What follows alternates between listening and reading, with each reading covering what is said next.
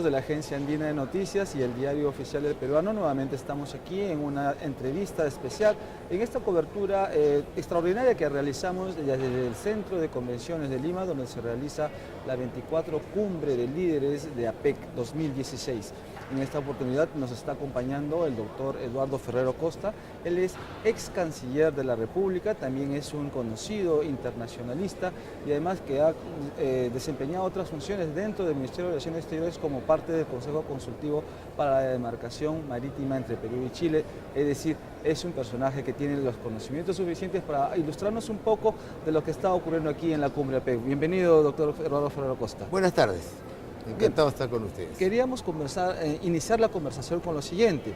Hace unos minutos el canciller de la República ha ofrecido una conferencia de prensa informando de que la reunión de ministros de Relaciones Exteriores va a presentar a los líderes de la APEC un estudio de prefactibilidad o un estudio técnico para la conformación de un área de libre comercio de ambos lados del Pacífico, del Asia-Pacífico. Esto que en términos sencillos para nuestro público, ¿qué viene a significar? ¿Es un TLC macrorregional? ¿Es una especie de TPP? ¿Y cómo nos podría beneficiar a nosotros como país? Bueno, es un proyecto muy interesante. El APEC, que reúne a 21 economías del mundo, la región más dinámica del mundo en comercio, en inversión, promueve como objetivo el libre comercio. Así es. En ese marco de APEC, hay estados que tienen tratados bilaterales de libre comercio, trilaterales de libre comercio, y se ha negociado hace recientemente el llamado TPP, este tratado transpacífico entre 12 estados miembros de APEC, que tiene 21, que es más APEC, para una zona de libre comercio entre estos 12 estados. Este TPP ahora está en una situación de incertidumbre porque el señor Trump, presidente electo de Estados Unidos, ha declarado una posición contraria al TPP. De otro lado, hay otro tratado de libre comercio entre algunos países del Asia promovido por China, en la región asiática, donde también hay otros países como Australia, por ejemplo, que es algo más concreto. Entonces, pero el objetivo de la APEC es el libre comercio.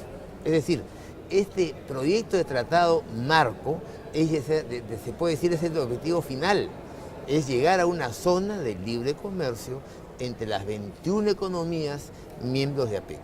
Yo presumo que la situación creada por la incertidumbre del señor Trump al haber anunciado una política comercial proteccionista, una posición contraria al TPP, ha adelantado esta propuesta para el estudio de una futura creación de una zona de libre comercio en la región Asia-Pacífico, que yo creo que sería muy positiva, sería muy interesante, sería pues promover un libre comercio pleno entre 21 economías que representan más de la mitad del Producto Bruto Interno de los países y cerca del 50% del comercio internacional.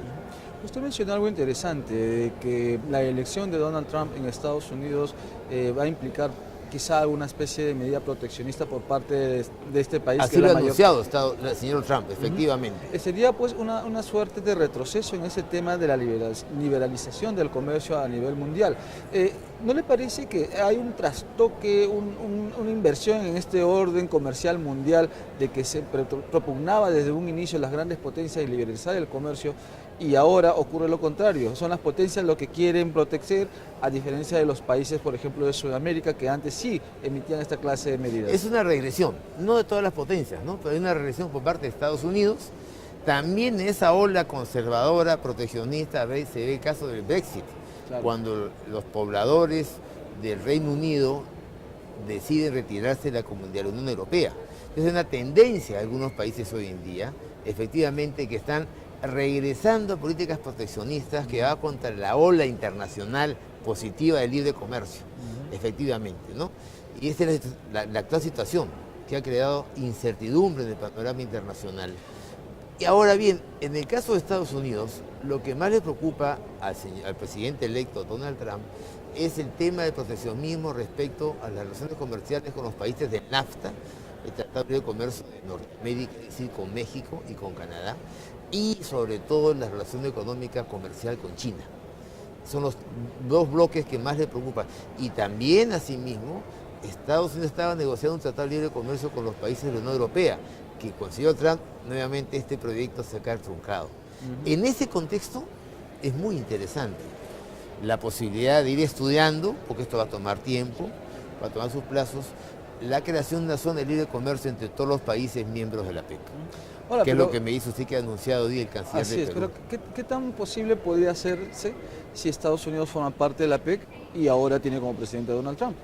Bueno, pero ya son 21 economías, ¿no? Estados Unidos tiene que medir las consecuencias políticas si asume una posición de aislamiento y de proteccionismo frente a la comunidad internacional. Estados Unidos tiene también intereses de seguridad a nivel global, políticos, y sería, creo yo, un grave error estratégico de Estados Unidos dejarle el campo abierto a China, que es la otra gran potencia hoy día en el mundo, que se proyecta como la otra gran potencia por la economía. Hoy día el país de más económicamente más solo del mundo es Estados Unidos. Tiene más del 20% del PBI mundial.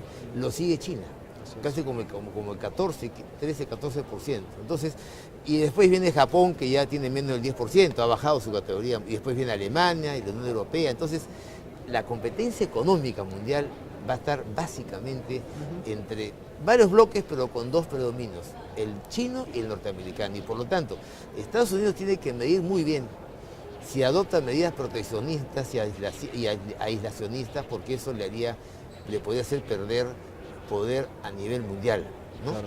Además, hay que tener en cuenta, y esto para ver las cosas con un poco más de cautela, hay que esperar que asuma la presidencia el señor Trump. Una cosa es con guitarra y otra con cajón, se dice, ¿no? ¿no? Ser candidato es diferente que ser presidente en ejercicio.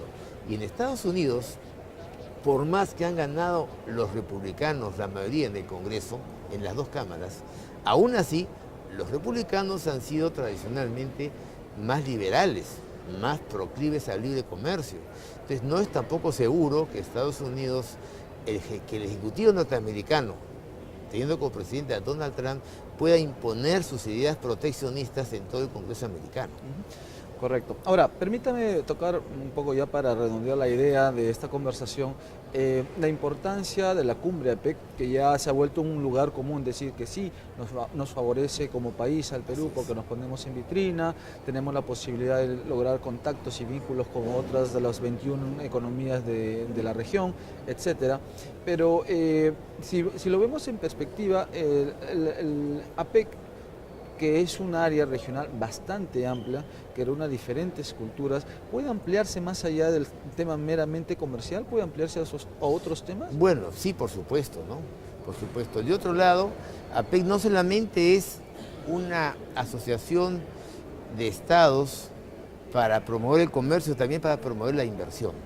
Es el otro componente fundamental, la inversión. Hoy día el presidente Kuczynski, al inaugurar la cumbre de empresarios en la mañana, claramente dijo que la forma de crecer es mediante la inversión. Y si el Perú promueve y organiza y es sede de esta cumbre por segunda vez, es también una oportunidad para enseñar el Perú. Como usted dijo, una vitrina para empresarios que han venido también a su cumbre, para gobiernos, y así tratar de promover más inversión extranjera en el Perú, ¿no? Entonces APEC nos sirve para eso.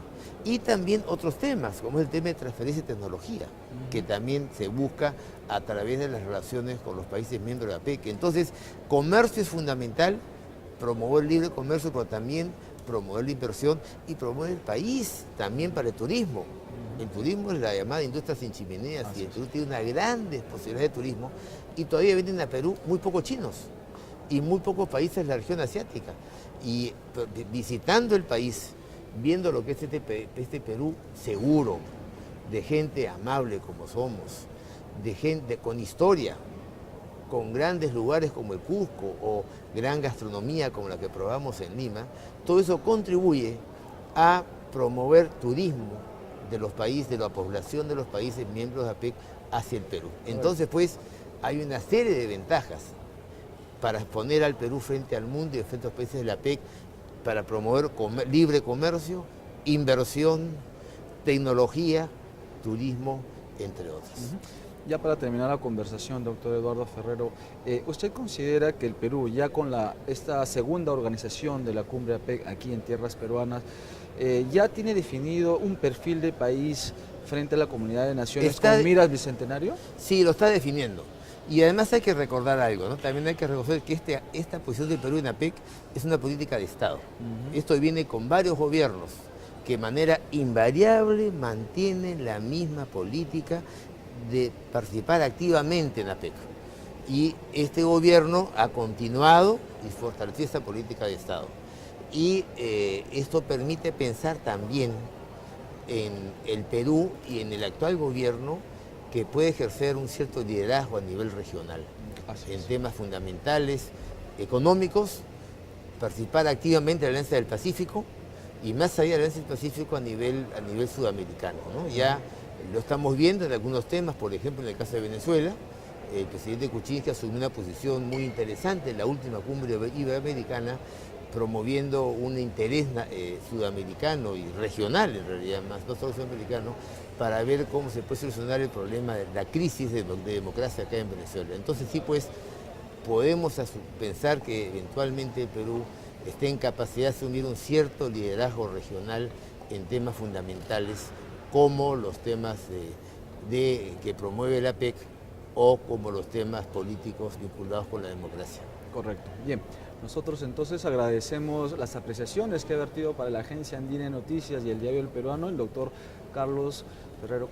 Eduardo Ferrero Costa, quien ha sido pues ministro de Relaciones Exteriores y también es un experto en temas internacionales y nos ha dado un poco también el panorama de lo que vendría a ser la política en el orbe más adelante. Nosotros volvemos con otra entrevista en unos momentos.